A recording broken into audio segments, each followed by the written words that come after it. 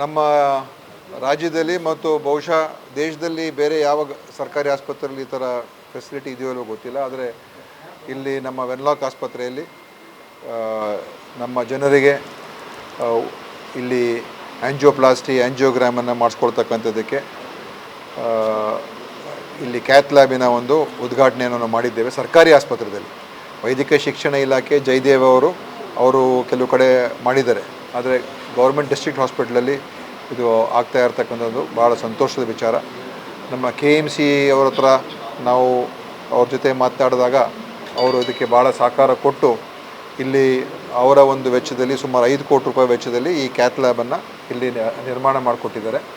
ಮತ್ತು ಇದರ ಉಳಿದಿರೋ ಏನು ಔಷಧಿಗಳು ಮತ್ತು ಕನ್ಸ್ಯೂಮಬಲ್ಸು ಮತ್ತು ಅದರ ಎಲ್ಲ ಖರ್ಚು ವೆಚ್ಚ ಎಲ್ಲ ಸರ್ಕಾರದಿಂದ ನಾವು ಕೊಡ್ತೀವಿ. ಸಾರ್ವಜನಿಕರಿಗೆ ಯಾರ್ಯಾರು BPL ಕಾರ್ಡ್ ಇದೆ ಅವರಿಗೆ ಉಚಿತವಾದಂಥ ಆ್ಯಂಜಿಯೋಪ್ಲಾಸ್ಟಿ ಆ್ಯಂಜಿಯೋಗ್ರಾಮನ್ನು ಮಾಡಿಕೊಡ್ತೀವಿ. ಭಾಳ ಒಂದು ಅತ್ಯಂತ ಆಧುನಿಕ ವ್ಯವಸ್ಥೆ ಇವತ್ತು ಸಾರ್ವಜನಿಕರಿಗೆ ಭಾಳ ಉಪಯೋಗ ಆಗುವಂಥದ್ದು ಆಗ್ತಾಯಿದೆ. ಸೊ ಇದು ಭಾಳ ಒಂದು ಸಂತೋಷದ ವಿಷಯ. ಅದೇ ರೀತಿ ನಮ್ಮ ಏನು ಇಲ್ಲಿ ಡಯಾಲಿಸಿಸ್ ಸೆಂಟರ್ ಏನಿತ್ತು ಹಳೆ ಕಟ್ಟಡದಲ್ಲಿ ಅದನ್ನು ಇಲ್ಲಿಗೆ ಸ್ಥಳಾಂತರ ಮಾಡಿ ಇಲ್ಲಿ ವಿವಿಧ ಕಂಪನಿಗಳಿಂದ ಅವರು ಕೂಡ ಇದಕ್ಕೆ ಸಹಕಾರ ಕೊಟ್ಟು ಈ ಕಟ್ಟಡ ನಿರ್ಮಾಣ ಮಾಡೋದಕ್ಕೆ ಬೇರೆ ಬೇರೆ ಕಂಪನಿಗಳು ಕುದುರೆಮುಖ ಐರನೂರು ಆಮೇಲೆ MRPL ಅವರೆಲ್ಲ ಕೊಟ್ಟಿದ್ದಾರೆ ಹಣ. ಅದನ್ನು ಮಾಡಿ ನಾವು ಇಲ್ಲಿ ನಮ್ಮ ಏನು ಒಪ್ಪಂದ ಇದೆ ನೆಫ್ರೋಪ್ಲಸ್ ಜೊತೆ ನಾವು ಜನರಿಗೆ ಇಲ್ಲಿ ಉಚಿತವಾಗಿ ಡಯಾಲಿಸಿಸ್ ಸೇವೆಯನ್ನು ನೀಡ್ತಕ್ಕಂಥದ್ದಕ್ಕೆ ಸುಮಾರು 28 ಮೆಷಿನ್ ಅಲ್ಲ 24 ಮೆಷಿನ್ಗಳು ಡಯಾಲಿಸಿಸ್ ಮೆಷಿನ್ಗಳು ಇಲ್ಲಿದೆ. ಸೊ ಅದನ್ನು ಇವತ್ತು ಬಹಳ ಒಳ್ಳೆಯ ವ್ಯವಸ್ಥೆ ಅಡಿಯಲ್ಲಿ ಇಲ್ಲಿಗೆ ಜನರಿಗೆ ಬಂದಾಗ, ಯಾಕಂದರೆ ಡಯಾಲಿಸಿಸ್ ಅವರು ವಾರಕ್ಕೆ 2 ಬಾರಿ 3 ಬಾರಿ ಬರಬೇಕು. ಅಲ್ಲಿ ಸುಮಾರು ಒಂದು 2-3 ಗಂಟೆ ಕಾಲ ಆದರೂ ಇರಬೇಕಾಗ್ತದೆ. ಆವಾಗ ಅವ್ರಿಗೆ ಒಳ್ಳೆಯ ವಾತಾವರಣ ಇದ್ದರೆ ಅವರು ಖುಷಿಯಿಂದ ಬಂದು ಹೋಗ್ತಾರೆ. ಅದಕ್ಕೋಸ್ಕರ ಇವತ್ತು ಭಾಳ ಒಂದು ಸುಸಜ್ಜಿತವಾದಂಥ ಡಯಾಲಿಸಿಸ್ ಕೇಂದ್ರವನ್ನು ಕೂಡ ಇಲ್ಲಿ ವೆನ್ಲಾಕ್ ಆಸ್ಪತ್ರೆಯಲ್ಲಿ ಸ್ಥಾಪನೆಯಾಗಿದೆ. ಅದನ್ನು ಕೂಡ ಈಗ ಉದ್ಘಾಟನೆ ಆಗಿದೆ. ಸೊ 2 ಇವತ್ತು ಪ್ರಮುಖ, ಒಂದು 24 ಬೆಡ್ಡಿನ ಡಯಾಲಿಸಿಸ್ ಕೇಂದ್ರ, ಆಮೇಲೆ ಹೊಸ ಕ್ಯಾತ್ ಲ್ಯಾಬ್, ಇದು ಇವತ್ತು ಲೋಕಾರ್ಪಣೆ ಆಗಿರುವಂಥದ್ದು. ಇದು ನಿಜವಾಗ್ಲೂ ಬಹಳ ನಮಗೆ ಒಂದು ಆರೋಗ್ಯ ಸಚಿವನಾಗಿ, ಜಿಲ್ಲಾ ಉಸ್ತುವಾರಿ ಸಚಿವನಾಗಿ ನಾನು ನನ್ನ ಒಂದು ಹರ್ಷವನ್ನು ವ್ಯಕ್ತಪಡಿಸ್ತಾ ಇದ್ದೀನಿ. ಆ್ಯಂಜಿಯೋಗ್ರಾಮ್ಗೆ ಅದೇನಾಗ್ತದೆ, ಅದಕ್ಕೆ ಕೋಡನ್ನು ನಾವು ಮಾಡಬೇಕಾಗ್ತದೆ. ಅದಕ್ಕೋಸ್ಕರ ಅದು ಹೇಳಿದರೆ ನಾನು ಅದನ್ನು ಖಂಡಿತವಾಗಿಯೂ ನಾನು ತೊಗೊಳ್ತೀನಿ. ಸ್ಟೇಟ್ ವೈಡ್ ಇದೆ.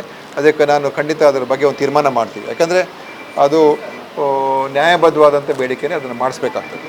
24 ಬೆಡ್ ಅಂತ ಹೇಳಿದ್ರೆ ಒಂದು ದಿವಸದಲ್ಲಿ 3ರಿಂದ 4 ಸೈಕಲ್ ಮಾಡ್ಬೋದು ಅಲ್ವಾ? 4 ಸೈಕಲ್ ಮಾಡ್ಬೋದು, 4 ಸೈಕಲ್ಸ್ ಮಾಡ್ಬೋದು. ಸೊ 24x4 ಅಂತ ಹೇಳಿದ್ರೆ 96 ಪೂರ್ತಿ 100% ಮಾಡಿದೆ ಪರ್ ಡೇ 96 ಸೈಕಲ್ಸ್ ಮಾಡ್ಬೋದು. ಮತ್ತು ಎಲ್ಲ ತಾಲೂಕು ಕೇಂದ್ರಗಳಲ್ಲೂ ಕೂಡ ಡಯಾಲಿಸಿಸ್ ಕೇಂದ್ರಗಳು ಮಾಡಿದ್ದೀವಿ. ಹೊಸ ತಾಲೂಕುಗಳೇನು ಸೃಷ್ಟಿಯಾಗಿತ್ತು ಅಲ್ಲೂ ಕೂಡ ಮಾಡಿದ್ದೀವಿ ಈಗ. ಸೊ ಈ 9 ಕೇಂದ್ರಗಳು ನಮ್ಮ ದಕ್ಷಿಣ ಕನ್ನಡ ಜಿಲ್ಲೆಯಲ್ಲಿದೆ ಈಗ. ಆ ಲೆಕ್ಕ ಎಲ್ಲ ತೊಗೊಂಡ್ರೆ 94 ಮೆಷಿನ್ ಇದೆ. ಆ 9 ಕೇಂದ್ರಗಳು ತೊಗೊಂಡಾಗ ನಾವು ಒಟ್ಟು 94 ಮೆಷಿನ್ ಇದೆ. ಇನ್ನು ಎಲ್ಲಿ ಕೆಲವು ಕಡೆ ಬೇಡಿಕೆ ಹೆಚ್ಚಿದರೆ ಅಲ್ಲಿ ಅಡಿಷನಲ್ ಮೆಷಿನ್ ಹಾಕೊಳ್ಳೋದಕ್ಕೆ ನಾವು CSR ಫಂಡು ಇನ್ನೊಂದು ನೋಡ್ಬೋದು. ಬಟ್ ಪೇಷಂಟ್ಸ್ಗೆ ಫ್ರೀಯಾಗಿ ಮಾಡಿಕೊಡೋದು ಸರ್ಕಾರದ ಜವಾಬ್ದಾರಿ. ಅದು ನಾವು ದುಡ್ಡು ನಾವು ಕೊಡೋಕ್ಕೆ ನಾವು ರೆಡಿಯಾಗಿದ್ದೀವಿ, ಮಾಡಿಸ್ತಾ ಇದ್ದೀವಿ. ಅಡಿಷನಲ್ ಮೆಷಿನ್ ಬೇಕು ಅಂತ ಹೇಳಿದ್ರೆ ಈಗ ಇಲ್ಲಿ ಯಾರೋ ಒಬ್ರು ಬಂದಿದ್ದರು, ನಾವು ಸ್ಪಾನ್ಸರ್ ಮಾಡ್ತೀವಿ ಅಂತ ಹೇಳಿದ್ರು, ಒಂದು 2 ಮೆಷಿನು. ಸೊ ಅದನ್ನು ನೀವು ಕೊಡಿ, ಮೂಡುಬಿದ್ರಿ ಮತ್ತು ಮುಲ್ಕಿಗಾದರೆ ಅಲ್ಲಿ ಬೇಡಿಕೆ ಹೆಚ್ಚಿದೆ, ಅಲ್ಲಿಗೆ ಇನ್ನೊಂದು ಕೊಟ್ಟರೆ ಒಳ್ಳೇದಾಗುತ್ತೆ ಅಂತ ಅವ್ರಿಗೆ ಹೇಳಿದ್ವಿ. ಅವರು ಒಪ್ಕೊಂಡ್ರೆ ಅಲ್ಲಿಗೆ ನಾವು ಹಾಕ್ತೀವಿ. ಈ ಥರ ಈಗ ನಾವು ಕೆಲವು ತಾಲೂಕುಗಳಲ್ಲಿ 2 ಮೆಷಿನು 4 ಮೆಷಿನು 6 ಮೆಷಿನು ಒಂದೊಂದು ತಾಲೂಕು ಒಂದೊಂದು ಥರ ಇದೆ. ಸೊ ನೋಡಿಕೊಂಡು ನಾವು ಅದನ್ನು ಇದ್ರ ಮೇಲೆ ತೀರ್ಮಾನ ಮಾಡ್ತೀವಿ. ಸರ್, ಈಗ ಇಲ್ಲಿ ವೆನ್ಲಾಕ್ ನರ್ಸಿಂಗ್ ಕಾಲೇಜಲ್ಲಿ 4 ವರ್ಷದಿಂದ ಸ್ಟೈಪೆಂಡ್ ಅದು ನನಗೆ ಇವತ್ತು ಬೆಳಗ್ಗೆ ನೋಡಿ, ನನಗೆ ಅದು ಗೊತ್ತಿರಲಿಲ್ಲ. ಬೆಳಗ್ಗೆ ಇಲ್ಲ, ನನಗೆ ಗೊತ್ತೂ ಇರಲಿಲ್ಲ. ಇವತ್ತು ಅವ್ರು ಹೇಳ್ತಾ ಇರೋದು 4 ವರ್ಷದಿಂದ ಬಂದಿಲ್ಲ ಅಂತ ಹೇಳಿದ್ದಾರೆ.